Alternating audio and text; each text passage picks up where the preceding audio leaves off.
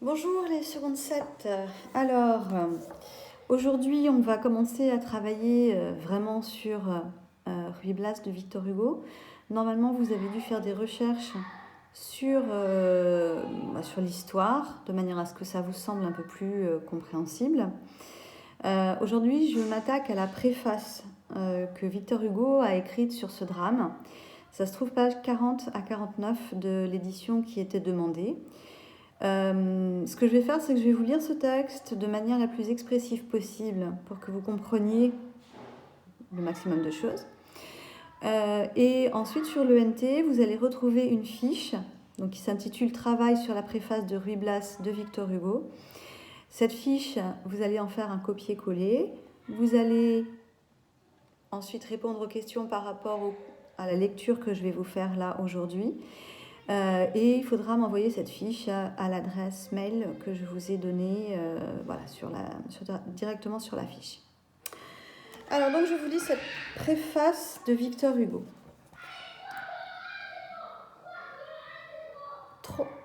Oh là là, il y a du bruit, je suis désolée. 3 espèces de spectateurs composent ce qu'on est convenu d'appeler le public. Premièrement, les femmes. Deuxièmement, les penseurs. Troisièmement, la foule, proprement dite. Ce que la foule demande presque exclusivement à l'œuvre dramatique, c'est de l'action. Ce que les femmes y veulent avant tout, c'est de la passion. Ce qui cherche plus spécialement les penseurs, ce sont des caractères. Si l'on étudie attentivement ces 3 classes de spectateurs, voici ce qu'on remarque. La foule est tellement amoureuse de l'action qu'au besoin, elle fait bon marché des caractères et des passions. Les femmes, que l'action intéresse d'ailleurs, sont si absorbées par le développement des passions qu'elles se préoccupent peu du dessin des caractères. Quant aux penseurs, ils ont un tel goût de voir des caractères, c'est-à-dire des hommes, vivre sur la scène, que tout en accueillant volontiers la passion comme incident naturel dans l'œuvre dramatique, ils en viennent presque à y être importunés par l'action. Cela tient à ce que la foule demande surtout au théâtre des sensations. La femme, des émotions. Le penseur, des méditations. Tous veulent un plaisir, mais ceux-ci le plaisir des yeux, celles-là le plaisir du cœur, les derniers les plaisirs de l'esprit. De là, sur notre scène, 3 espèces d'œuvres bien distinctes. L'une vulgaire et inférieure, les 2 autres illustres et supérieures, mais qui toutes les 3 satisfont un besoin. Le mélodrame pour la foule, pour les femmes, la tragédie, qui analyse les passions, pour les penseurs, la comédie, qui peint l'humanité. Disons-le en passant, nous ne prétendons rien établir ici de rigoureux, et nous prions le lecteur d'introduire de lui-même dans notre pensée les restrictions qu'elle peut contenir. Les généralités admettent toujours les exceptions.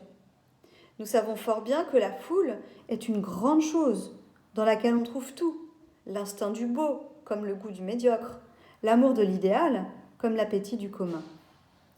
Nous savons également que tout penseur complet doit être femme par les côtés délicats du cœur. Et nous n'ignorons pas que, grâce à cette loi mystérieuse qui lie les sexes l'un à l'autre aussi bien par l'esprit que par le corps, bien souvent dans une femme, il y a un penseur. Victor Hugo est quand même assez moderne pour son époque, parce qu'il considère que la femme est l'égale de l'homme et est capable de penser, ce qui, à l'époque, est assez révolutionnaire. Ceci posé, et après avoir prié de nouveau le lecteur de ne pas attacher un sens trop absolu aux quelques mots qu'il nous reste à dire, nous reprenons. Pour tout homme qui fixe un regard sérieux sur les 3 sortes de spectateurs dont nous venons de parler, il est évident qu'elles ont toutes les 3 raison. Les femmes ont raison de vouloir être émues. Les penseurs ont raison de vouloir être enseignés. La foule n'a pas tort de vouloir être amusée. De cette évidence se déduit la loi du drame. En effet, au-delà de cette barrière de feu qu'on appelle la rampe du théâtre et qui sépare le monde réel du monde idéal, créer et faire vivre, dans les conditions combinées de l'art et de la nature, des caractères, c'est-à-dire des hommes, nous le répétons, dans ces hommes, dans ces caractères, jeter des passions qui développent ceci et modifient cela, et enfin du choc de ses caractères et de ses passions avec les grandes lois providentielles, faire sortir la vie humaine, c'est-à-dire des événements grands, petits, douloureux, comiques, terribles, qui contiennent pour le cœur ce plaisir qu'on appelle l'intérêt et pour l'esprit cette leçon qu'on appelle la morale. Tel est le but du drame. On le voit, le drame tient de la tragédie par la peinture des passions et de la comédie par la peinture des caractères. Le drame est la troisième grande forme de l'art, comprenant, enserrant et fécondant les deux premières. Corneille et Molière, donc Corneille, auteur de tragédie, Molière, auteur de comédie, existeraient indépendamment l'un de l'autre si Shakespeare n'était entre eux, donnant à Corneille la main gauche, à Molière la main droite.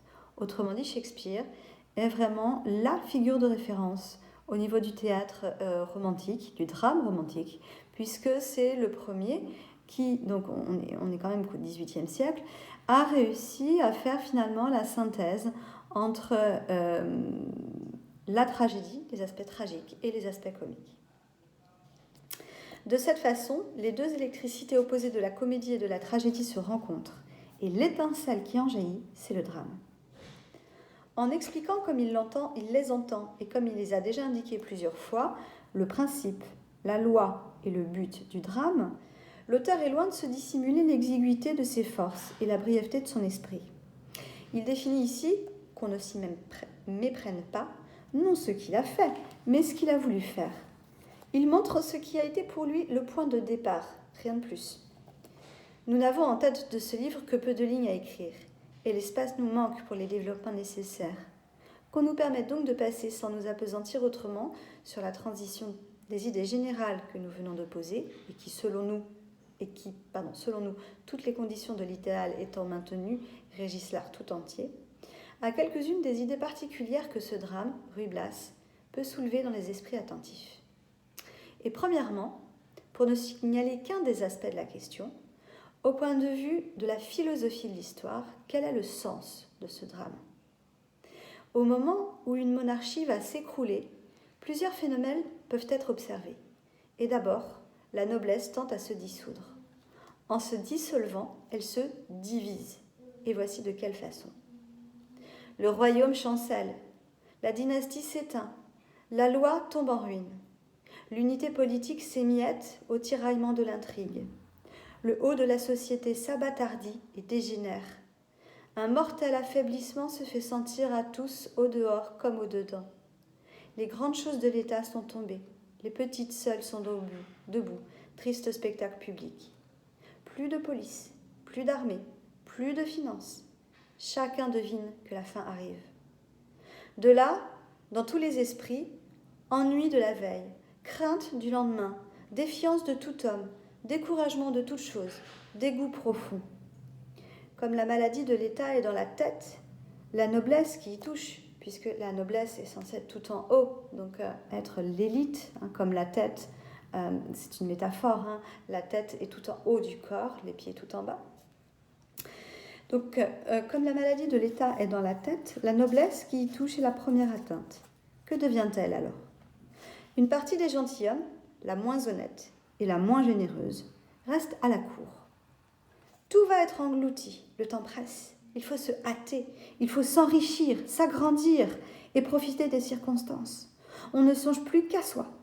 Chacun se fait, sans pitié pour le pays, une petite fortune particulière dans un coin de la grande infortune publique. On est courtisan, on est ministre, on se dépêche d'être heureux et puissant. On a de l'esprit, on se déprave et l'on réussit. Les ordres de l'État, les dignités, les places, l'argent, on prend tout, on veut tout, on pille tout. On ne vit plus que par l'ambition et la cupidité. On cache les désordres secrets que peut engendrer l'infirmité humaine sous beaucoup de gravité extérieure. Et comme cette vie acharnée aux vanités et aux jouissances de l'orgueil a pour première condition l'oubli de tous les sentiments naturels, on y devient féroce. Quand le jour de la disgrâce arrive, quelque chose de monstrueux se développe dans le courtisan tombé et l'homme se change en démon. L'état désespéré du royaume pousse l'autre moitié de la noblesse, la meilleure et la mieux née, dans une autre voie. Elle s'en va chez elle. Elle rentre dans ses palais, dans ses châteaux, dans ses seigneuries. Elle a horreur des affaires, elle n'y peut rien. La fin du monde approche. Qu'y faire et à quoi bon se désoler? Il faut s'étourdir, fermer les yeux, vivre, boire, aimer, jouir, qui sait? A-t-on même un an devant soi? Cela dit, ou même simplement senti, le gentilhomme prend la chose au vif, décuple sa livrée, achète des chevaux, enrichit des femmes, ordonne des fêtes, paie des orgies, jette, donne, vend, achète, hypothèque, compromet, dévore, se livre aux usuriers et met le feu aux 4 coins de son bien. Un beau matin, il lui arrive un malheur. C'est que quoique la monarchie aille grand train, il s'est ruiné avant elle. Tout est fini, tout est brûlé. De toute cette belle vie flamboyante, il ne reste pas même de la fumée. Elle s'est envolée. De la cendre, rien de plus. Oublié et abandonné de tous, excepté de ses créanciers, c'est-à-dire ceux à qui il doit de l'argent, le pauvre gentilhomme devient alors ce qu'il peut. Un peu aventurier, un peu spadassin, c'est-à-dire homme d'armes, un peu bohémien. Il s'enfonce et disparaît dans la foule, grande masse terne et noire qu'il a jusqu'à ce jour à peine entrevue sous ses pieds. Il s'y plonge, il s'y réfugie. Il n'a plus d'or, mais il lui reste le soleil, cette richesse de ceux qui n'ont rien. Il a d'abord habité le haut de la société, mais voici maintenant qu'il vient se loger dans le bas et qu'il s'en accommode. Il se moque de son parent, l'ambitieux, qui est riche et qui est puissant. Il devient philosophe et il compare les voleurs aux courtisans. Du reste, bonne, brave, loyale et intelligente nature. Mélange du poète, du gueux et du prince. Riant de tout, faisant aujourd'hui rosser le guet par ses camarades comme autrefois par ses gens, mais n'y touchant pas. Alliant dans sa manière avec quelque grâce l'impudence du marquis à l'effronterie du zingaro, c'est-à-dire du bohémien. Souillé au dehors, saint au dedans, et n'ayant plus du gentilhomme que son honneur qu'il garde, son nom qu'il cache et son épée qu'il montre. Si le double tableau que nous venons de tracer s'offre dans l'histoire de toutes les monarchies à un moment donné, il se présente particulièrement en Espagne d'une façon frappante à la fin du XVIIe siècle. Ainsi, si l'auteur avait réussi à exécuter cette partie de sa pensée, ce qu'il est loin de supposer, dans le drame qu'on va lire, la première moitié de la noblesse espagnole à cette époque se résumerait en Don Salluste et la seconde moitié en Don César, tous deux cousins, comme il convient. Ici, comme partout, en esquissant ce croquis de la noblesse castillane vers 1695, nous réservons bien entendu les rares et vénérables exceptions. En examinant toujours cette monarchie et cette époque, au-dessous de la noblesse ainsi partagée, et qui pourra jusqu'à un certain point être personnifiée dans les deux hommes que nous venons de nommer, on voit remuer dans l'ombre quelque chose de grand, de sombre et d'inconnu. C'est le peuple. Le peuple qui a l'avenir et qui n'a pas le présent. Le peuple orphelin, pauvre, intelligent et fort, placé très bas et aspirant très haut, ayant sur le dos les marques de la servitude, c'est-à-dire en gros de l'esclavage, et dans le cœur les préméditations du génie. Le peuple, valet des grands seigneurs et amoureux dans sa misère et dans son abjection, de la sale figure qui, au milieu de cette société écroulée, représente pour lui dans un divin rayonnement l'autorité, la charité et la fécondité. Le peuple, ce serait Ruy Blas. Maintenant, au-dessus de ces trois hommes, qui ainsi considérés feraient vivre et marcher aux yeux du spectateur trois faits, et dans ces trois faits toute la monarchie espagnole du XVIIe siècle, au-dessus de ces trois hommes, disons-nous, il y a une pure et lumineuse créature, une femme, une reine. Malheureuse comme femme, car elle est comme si elle n'avait pas de mari. Malheureuse comme reine, car elle est comme si elle n'avait pas de roi. Penchée vers ceux qui sont au-dessous d'elle par pitié royale et par instinct de femme aussi peut-être, et regardant en bas, pendant que Ruy Blas, le peuple, regarde en haut. Aux yeux de l'auteur, et sans préjudice de ce que les personnages accessoires peuvent apporter à la vérité de l'ensemble, ces quatre têtes ainsi groupées résumeraient les principales saillies qu'offrait au regard du philosophe historien la monarchie espagnole il y a 140 ans. À ces quatre têtes, il semble qu'on pourrait en ajouter une cinquième, celle du roi Charles II. Mais dans l'histoire, comme dans le drame, Charles II d'Espagne n'est pas une figure, c'est une ombre. En gros, c'est simplement un personnage que l'on ne le voit pas sur scène, on l'entend simplement tousser. On a de ses nouvelles par lettres, mais on ne le voit jamais sur la scène. À présent, hâtons-nous de le dire, ce qu'on vient de lire n'est point l'explication de Ruy Blas. C'en est simplement un des aspects. C'est l'impression particulière que pourrait laisser ce drame, s'il valait la peine d'être étudié, à l'esprit grave et consciencieux qui l'examinerait par exemple du point de vue de la philosophie de l'histoire. Mais si peu qu'il soit, ce drame, comme toutes les choses de ce monde, a beaucoup d'autres aspects et peut être envisagé de bien d'autres manières.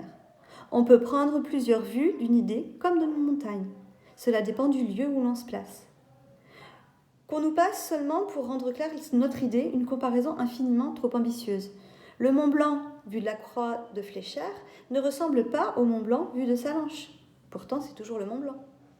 De même, pour tomber d'une très grande chose à une très petite, ce drame dont nous venons d'indiquer le sens historique offrirait une toute autre figure si on le considérait d'un point de vue beaucoup plus élevé encore, du point de vue purement humain. Alors, Don Salluste serait l'égoïsme absolu, le souci sans repos. Don César, son contraire, serait le désintéressement et l'insouciance. On verrait dans Ruy Blas le génie et la passion comprimés par la société et s'élançant d'autant plus haut que la compression est plus violente. La reine, enfin, serait la vertu minée par l'ennui.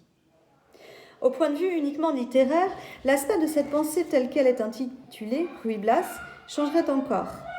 Les trois formes souveraines de l'art pourraient y paraître personnifiées et résumées. Don Salluste serait le drame, Don César la comédie, Ruy Blas la tragédie. Le drame noue l'action, la comédie l'embrouille, la tragédie la tranche. Tous ces aspects sont justes et vrais, mais aucun d'eux n'est complet. La vérité absolue n'est que dans l'ensemble de l'œuvre, que chacun y trouve ce qu'il y cherche, et le poète, qui ne s'enflatte pas du reste, aura atteint son but. Le sujet philosophique de Ruy Blas, c'est le peuple aspirant aux régions élevées. Le sujet humain, c'est un homme qui aime une femme. Le sujet dramatique, c'est un laquais qui aime une reine. La foule qui se presse chaque soir devant cette œuvre, parce qu'en France, jamais l'attention publique n'a fait défaut aux tentatives de l'esprit, quelle qu'elle soit d'ailleurs, la foule, disons-nous, ne voit dans Ruy Blas que ce dernier sujet, le sujet dramatique, le laquais. Et elle a raison. Et ce que nous venons de dire de Ruy Blas nous semble évident de tout autre ouvrage. Les œuvres vénérables des maîtres ont même cela de remarquable qu'elles offrent plus de faces à étudier que les autres. Tartuffe, donc une pièce de Molière, mais une comédie qu'on appelle sérieuse, qui avait été écrite en alexandrin. Tartuffe fait rire ceci et trembler cela. Tartuffe, c'est le serpent domestique, ou bien c'est l'hypocrite, ou bien c'est l'hypocrisie. C'est tantôt un homme, tantôt une idée. Othello, qui est un héros de Shakespeare dans le drame intitulé Othello, pour les uns, c'est un noir qui aime une blanche. Pour les autres, c'est un parvenu qui a épousé une patricienne. Un parvenu, c'est donc quelqu'un qui s'est enrichi alors qu'il n'était pas de la noblesse. La patricienne, c'est la noble. Pour cela, c'est un jaloux. Pour ceux-ci, c'est la jalousie. Et cette diversité d'aspects n'ôte rien à l'unité fondamentale de la composition. Nous l'avons déjà dit ailleurs, 1000 rameaux et un tronc unique. Si l'auteur de ce livre a particulièrement insisté sur la signification historique de Ruy Blas, c'est que dans sa pensée, par le sens historique, et il est vrai par le sens historique uniquement, Ruy Blas se rattache à Hernani. Le grand fait de la noblesse se montre dans Hernani comme dans Ruy Blas, à côté du grand fait de la royauté. Seulement, dans Hernani, comme la royauté absolue n'est pas faite, la noblesse lutte encore contre le roi, ici avec l'orgueil, là avec l'épée, à demi féodal, à demi rebelle. En 1519, le seigneur vit loin de la cour dans la montagne, en bandit comme Hernani ou en patriarche comme Ruy Gomez. 200 ans plus tard, la question est retournée. Les vassaux sont devenus des courtisans. Et si le seigneur sent encore d'aventure le besoin de cacher son nom, ce n'est pas pour échapper au roi, c'est pour échapper à ses créanciers. Il ne se fait pas bandit, il se fait bohémien. On sent que la royauté absolue a passé pendant de longues années sur ses nobles têtes, courbant l'une, brisant l'autre. Et puis qu'on nous permette ce dernier mot, entre Hernani et Ruy Blas, 2 siècles de l'Espagne sont encadrés, 2 grands siècles, pendant lesquels il a été donné à la descendance de Charles Quint de dominer le monde. 2 siècles que la Providence, chose remarquable, n'a pas voulu allonger d'1 heure, car Charles Quint naît en 1500 et Charles II meurt en 1700. En 1700, Louis XIV héritait de Charles Quint, comme en 1800, Napoléon héritait de Louis XIV. Ces grandes apparitions de dynasties qui illuminent par moments l'histoire sont pour l'auteur un beau et mélancolique spectacle sur lequel ses yeux se fixent souvent. Il essaie parfois d'en transporter quelque chose dans ses œuvres.